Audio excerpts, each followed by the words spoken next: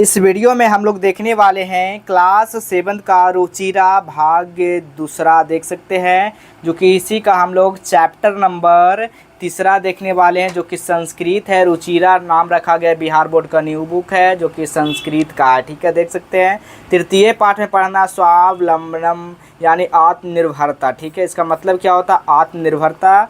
तो चलिए इसी का हम लोग पूरा क्वेश्चन आंसर देखने वाले हैं। तो पहले शब्दार्थ को आप लोग याद कर लीजिए। शब्दार्थ दिया गया है, समृद्ध मतलब धनी होता है, अष्टादश मतलब 18 होता है। देखिए सारा कुछ इसमें लिखा गया है। इस शब्दार्थ को आपको पहले जानना होगा। तो उसके बाद यहाँ पर देखिए अभ्यास दिया गया है, तो यहाँ से आपको बनाना है। तो क्या उच्चारण कुरता है, यानी कि उच्चारण करना है। क्या करना है? 20 को हम लोग क्या कहते हैं? 20 शांति। 63 यानी कि 30। 32 मतलब 32 होता है। 63 मतलब होता है 33। 64 मतलब होता है 34। 88 मतलब होता है 38। 90 मतलब होता है 39। 44 मतलब होता है 40।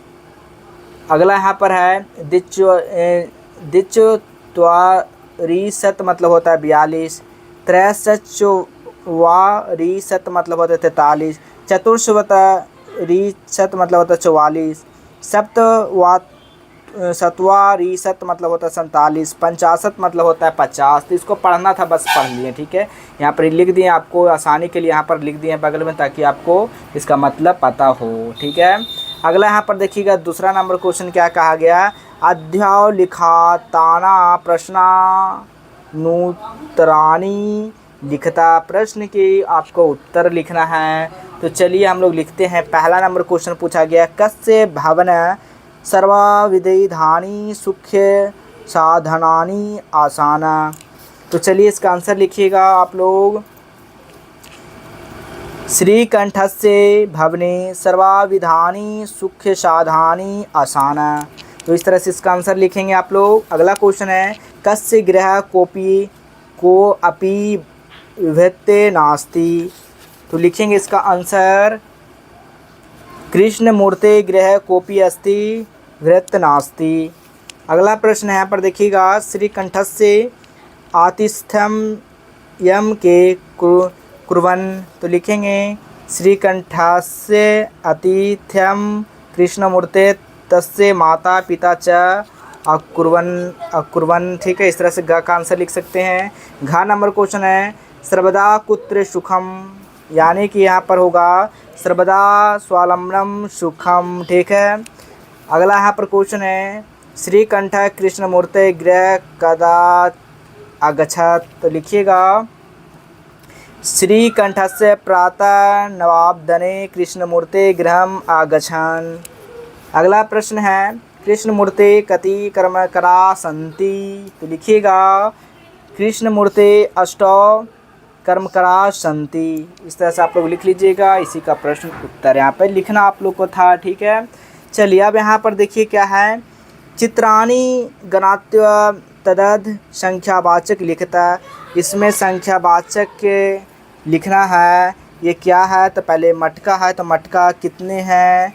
तो जो है ना, कितने हैं? 1 2 3 4 5 6 18। तो लिखिएगा अष्टादश घटानी। घटानी मतलब होता है मटका। ठीक है, यानी कि 18 गो मटका है। ये क्या है? आपका आम है। तो लिखिएगा कितना है आम? देखिएगा 3 3 6 3 9 3 4 12 15 18 21। तो लिखिएगा एक विशांति आमरानी, यानी कि आम है 21 गो। ठीक है, अगला यहाँ पर है, देखिएगा ये क्या है? बॉल है, यानी गेंद है। तो गेंद कितना है? 1 2 3 4 5 10 15। तो 50 जो है ना, क्या लिखिएगा? कुट्टुकानी। ठीक है, कुट्टुकानी मतलब होता है गेंद। ठीक है, अगला यहाँ पर क्या है? कैंडल यानी मोमबत्ती। देखिए हिंदी में लिख दिए ताकि आपको समझ में आए। तो कितना है कैंडल? 1 2 3 4 5 6 7 8 9 10 11 12 12 24 12 3 36। तो लिखिएगा षष्ठे त्रिशत सिक्थवा वर्तिकार्ण, यानी कि मोमबत्ती हो जाएगा इसका मतलब। अगला है कैंची है, देख सकते हैं। तो कितना कैंची है? 1 2 3 4 5 6 12 18। ठीक है, और 6 कितना होता है? 6 6 12 6 24। ठीक है, 24 कैंची है।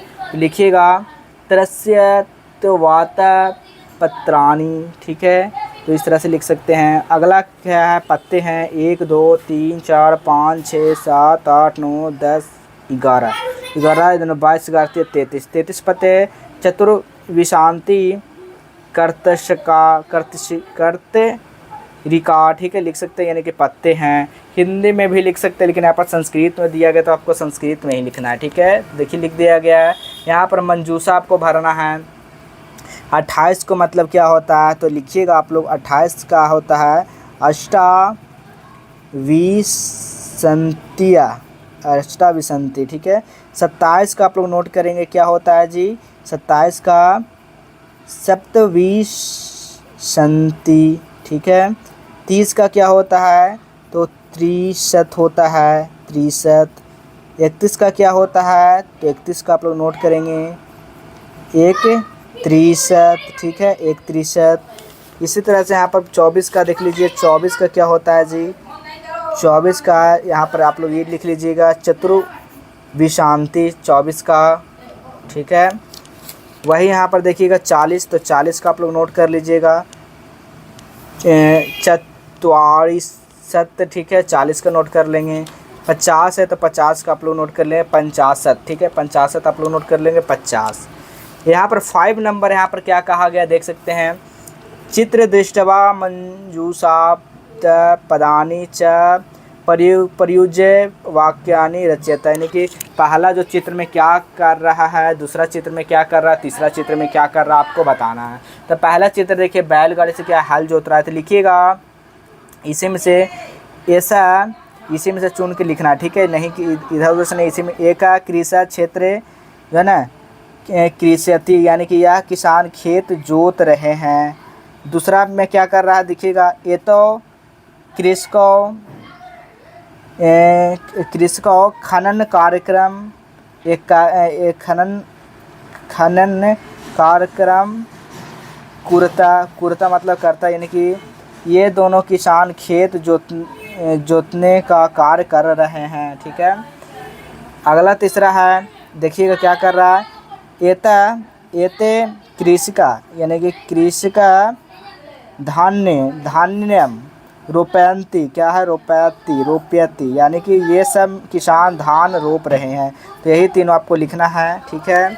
अगला यहाँ पर देखिएगा अधोलिखाताना सम्यावाचकाना अकान पादेशु लिखता है, यानी कि यहाँ पर टाइम आपको बताना है, लिखना है संस्कृत में कितना बजा है।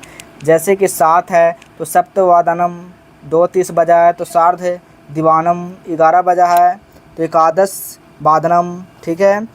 4:30 बजा है सार्धवादनम, 1:30 बजा है सार्धे कवादनम, ठीक है।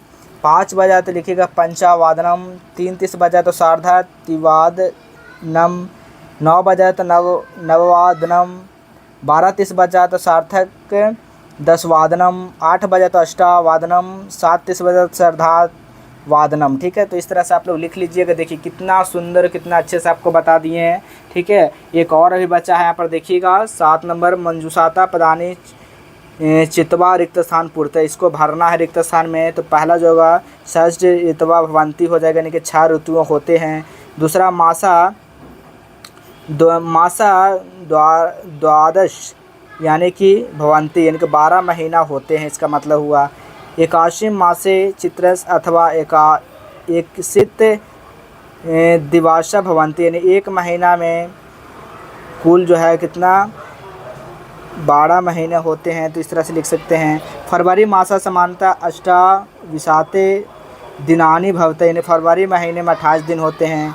अगला है मम शरीरे 2 हस्तस्थ, यानी कि मेरे शरीर में 2 हाथ हैं। तो इस तरह से आप लोग लिखिएगा। तो देखिएगा सारा इस चैप्टर को कंप्लीट हो गया है। यदि इसका क्वेश्चन आंसर पाना चाहते हैं तो कैसे आप लोग पा सकते हैं। तो आइए सबसे पहले अपने फ़ोन में गूगल ब्राउज़र को ओपन करना है, गूगल सर्च करना है, जस्ट विल हेल्प आपको लिखना है। जैसे लिखते हैं तो इस तरह का वेबसाइट आ जाएगा, इस वेबसाइट पर आपको क्लिक करना है। जैसे इस वेबसाइट पर आप लोग क्लिक करते हैं तो देखिए इस तरह का साइट ओपन हो जाएगा। मेनू बटन पे क्लिक करना और नीचे आंसर की पे आ जाना है। आंसर की पे जैसे क्लिक करेंगे देखिए सारा सब्जेक्ट का यहाँ पर आंसर की दिया गया, जो भी सब्जेक्ट चाहिए उस पर क्लिक करना है। नेक्स्ट पेज पे चले आइए, देखिए सारा सब्जेक्ट का मिल जाएगा। कंप्यूटर का डाउनलोड करना चाहते हैं तो कंप्यूटर का सारा आंसर की दिया गया, तो यहाँ से आकर सारा क्वेश्चन आंसर आप लोग लिख सकते हैं। तो चलिए मिलेंगे अगले क्लास में।